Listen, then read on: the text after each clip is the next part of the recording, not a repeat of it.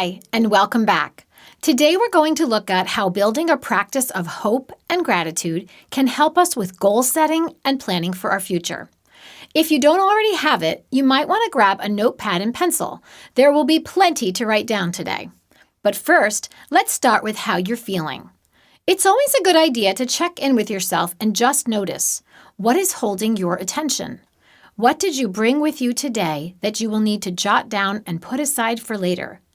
If you haven't tried meditating, I highly recommend a body scan meditation for these kinds of mindfulness activities. You can find them online. Simply type in body scan meditation and find one that you find soothing or comforting and effective at helping you still your mind and prepare for a positive learning experience. It's okay if you want to go do that now and then return. You can pause the video at any time to create space. And when you're ready, come on back. So let's review our mission statement that's guiding us through this course. I am here today to uncover my strengths, align with my values, and design a life of meaning and purpose. I choose to grow through challenges with clarity, courage, and joy. And we'll jump right in with some sentence stems. You probably remember these because we've used them before. Sentence stems provide us with a starting point. We write multiple sentences using the same stem because often the first ones we write are what we think we should write. It takes a few sentences to quiet that voice and arrive at some deeper truths. So in your notepad, complete these stems by writing 3 to 5 responses for each of them. Number 1, to bring about positive change in my life. Number 2, an effective way for me to change. Number 3, if I accept the fact that change is possible. Number 4, I am beginning to see that. And number 5, to fulfill my potential for happiness. Pause the video here and take your time completing these. And when you're ready, come on back.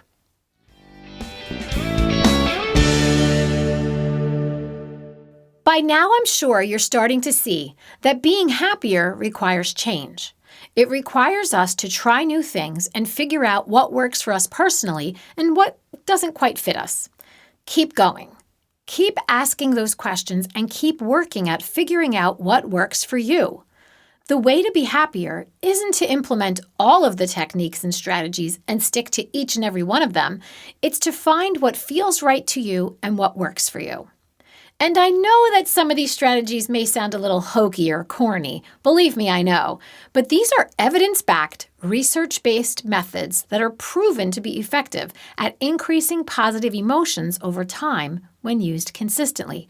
So try them out. And while you're at it, here's a link to a brief survey that may also help. It's the Person Fit quiz, and it helps determine which of the top 12 happiness hacks, again, according to research, that you most align with. Just another tool to give you some information about how you work. So let's dive in and examine what hope is. How do you define hope? When was the last time you felt hopeful? Hope is like a vitamin that inoculates us against stress. It creates pathways that were previously unknown, unseen to us, because hope is future casting. It's looking into the future and envisioning that it can be better than we expect. It is how we take control of our lives, even when there's so much uncertainty and perceived chaos around us. We need hope. We need goals and a route to achieve them, and the capacity to take action on them. And that both builds our hope and gives us hope. It's self-fulfilling. There are many benefits of practicing hope. It decreases anxiety, depression, stress, hopelessness, and helplessness. It increases agency, confidence, life satisfaction, mental and physical health, purpose and meaning, and resilience, which is the ability to bounce back after hardship and loss. Hope delivers all of these things. So let's take a look at how we can practice hope. And I like to call it the 3P method. You'll need a passport, you'll need to play, and you'll need to plan. Okay, it's not a real passport. We aren't going anywhere. But you can create a hope passport, like a journal or a notebook. And it doesn't have to be costly, but hey, if you like the fancier ones, why not? Or on your next trip to the dollar store, grab a cheap notebook and begin to fill it up with lyrics, quotes, poems, favorite scenes from movies, photos with friends and family. You can also do this digitally by having an album of these on your phone. What would you put in your hope passport? Here are some of my all-time favorite quotes.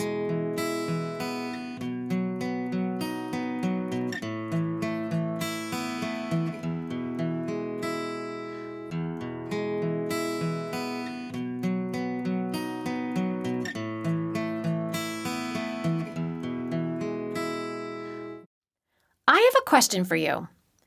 Do you play? Something happens to us as we age. We forget to play. Oh, we'll go out for dinner and we'll binge a series, but is that play? What we lose as we age is that childlike wonder and the freedom to express ourselves, to make mistakes, to be silly and laugh at ourselves. Play reduces stress, boosts innovation and creativity, which can make us novel in our relationships at work and in our personal lives. It fosters relaxation, reducing cortisol levels, that's the stress hormone, and stimulates growth in our relationships. And humans need novelty. We need certainty, which is why we don't like it when plans get changed, but we also need uncertainty, novelty, unexpected surprises, and these occur when we're playing. Here are some simple and inexpensive ways to play. And we can play in big ways, like joining a softball team, or small ones, like smiling at 3 random people, or telling a stranger you like their shirt, their lipstick, or that sticker on their car. Which ones are you going to plan to do? Yes, I said plan, because the thing about all of these strategies we're learning throughout this happiness series is that we need to be intentional about creating moments for them in our lives. So we must plan or schedule them into our lives. We need to plant them, activities and dreams and goals to look forward to, even if it's just to get out of the house, to go to the grocery store, and maybe stopping by our favorite coffee shop on the way to chat with a nice but weird barista. Having something to look forward to is hope. It is believing in a future that is just coming into focus for us. And even if it doesn't play out exactly as we had planned, we still have something we dreamt and planned for and something we built. I did this when I wrote my music. I was and still am completely uninformed about how the music business works. Didn't matter. I heard a song in my heart and I created something. I used to tell my students that I was working on the speech I would deliver when I won the Grammy. I was joking, obviously, but it sure did flex that hope muscle.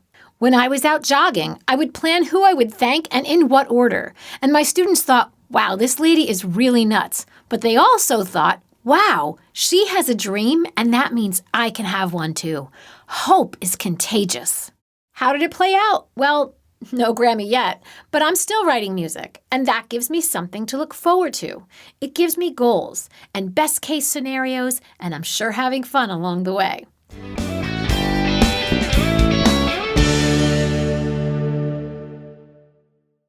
Why does practicing hope matter? Well, let's try an experiment. On the next 3 slides, complete the sentences. Are you ready? Fill in the "It's raining," and "My best friend and I are so close we can finish each other's." You see, the brain has a search engine feature, just like the internet, and it predicts the answer it thinks we are searching for. It predicts before we even have the chance to decide. Just like our online search engines, you type in 1 or 2 words, and the next thing you know, the system has filled in what it thinks you want to search for. Well, our brains are the same way. You have a thought, and before you can decide, it predicts what you're going to think based on your past experiences. Let me give you an example. Let's say you have an argument with a friend. Your brain, instead of remembering all the positive experiences you've had with that friend, will likely call up the negative one first. Why? Because our brains default to the negative. It's just that outdated setting that never got upgraded in our operating system. We have to install new software into our operating system to interrupt this, and this software is called Hope. You get a notification when your phone or your computer installs new software, right? This is the same concept, except we have to do it manually. We have to encode it, and it doesn't feel natural for us. We always come up with reasons why things won't work out. So practicing and planning for the best case scenario needs to be encoded into our operating system. Practicing hope helps to create a new response. So what if you're an overthinker?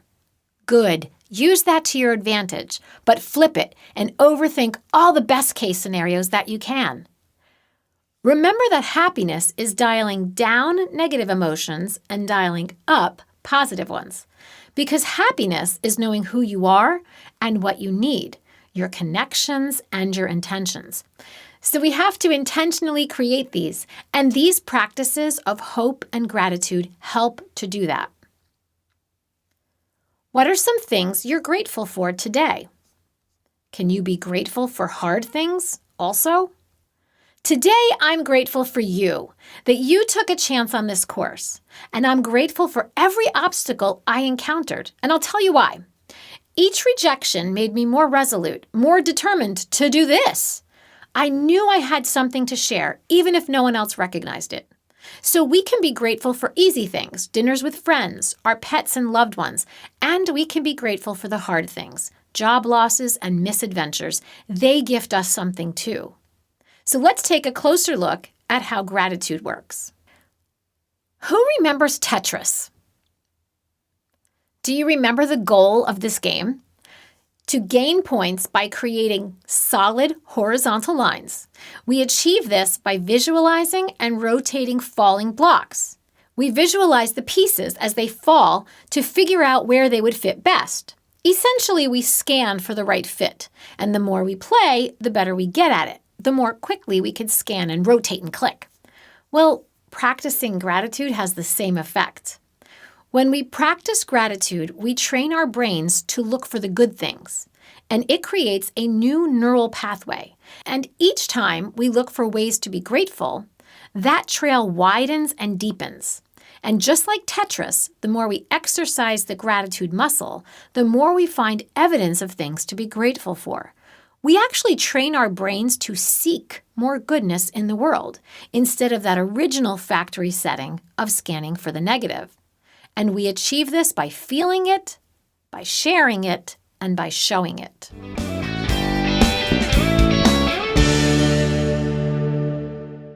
One way is to feel thankfulness from your heart. Put your hand on your heart. Take 3 deep breaths.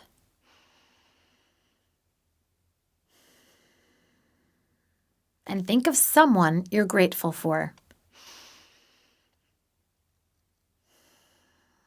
Bring them into your awareness.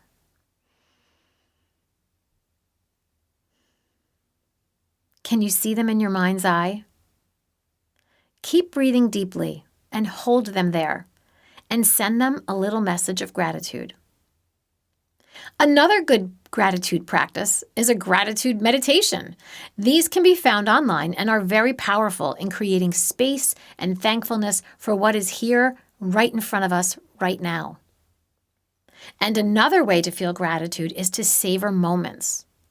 Have you ever noticed that everyone is taking out their phones to capture moments? I mean, I do this too, don't get me wrong. I want to capture and share a beautiful sunrise or something funny that my dog did, but sometimes I just enjoy what's in front of me. I take it in and close my eyes, creating a mental picture and an emotional one as well, an after image of what I just experienced. Whether it was a dragonfly flitting about on the surface of a pond, or a meal that was so perfectly prepared, a conversation with a friend that simply but deeply touched you, or a song you heard that perfectly expressed how you were feeling, or maybe that hug at just the right moment. Savoring these small things helps to elevate the ordinary to extraordinary, and for this we can be grateful. We can share gratitude by journaling. This is a personal and spiritual exercise for your eyes only. You can practice this daily or weekly, writing about the most salient moments in your week. How about a calendar, where you write one thing at the end of each day that you are grateful for? Imagine what that would look like in a week or a month or a year. I have a friend who used to text me when he was on his way to work, always sarcastically complaining, "Living the dream." And I challenged him and asked if we could start sharing 3 things we were grateful for every morning instead of grumbling about having to go to work. And we can pray, telling your deity, whoever that is for you, your divine creator, how grateful you are for your life and all of the abundances you have been gifted. This is another way to feel connected and thankful for all the riches, both material and otherwise, that we have in our lives. And we can show gratitude in small ways, writing letters to friends, family, colleagues, and mentors, explaining how their impact in our life has enriched us. Appreciation amplifies our energy and that of whoever we express or share it with. Being specific about what we appreciate is also a positive feedback loop. Here's what I mean. When I hang out with my friends, I usually bake homemade bread. It's really no big deal for me. I've been baking it for years. But when they specifically tell me how delicious my bread is, it assures me and makes me want to do it again the next time. So when you appreciate someone, be specific. Tell them exactly what you appreciate them for. And lastly, we can create gratitude habits, like telling your partner or children 2 things you're grateful for at dinner, or maybe 1 thing you love about them before bed. Can you think of 3 things while you're brushing your teeth? They don't have to be monumental. The idea is simply to bring more awareness to what is already good in our world. Gratitude and hope are real practices that can help upgrade our original factory settings to one that works for us and helps to shift how we see the world. Choose the practice that works best for you and implement it consistently. And don't be afraid to change them up and try new ones when you recognize that the practices you had been using have become too common. Remember, we like novelty. And lastly, what are 3 things you're grateful for? What are 2 things you're looking forward to? And what is 1 thing you love about your life right now? For our final exercise, take 5 minutes to set a final intention. What do you want to create in your life? How can you move 5% closer to that goal? How much happier would you be if you took the steps towards achieving it? And your challenge is to take action on them. And I hope you choose not who you are in this moment, not who you are by default, but who you want to be, because that is where your power lies. Thank you. Thank you for joining me. I look forward to connecting with you again real soon.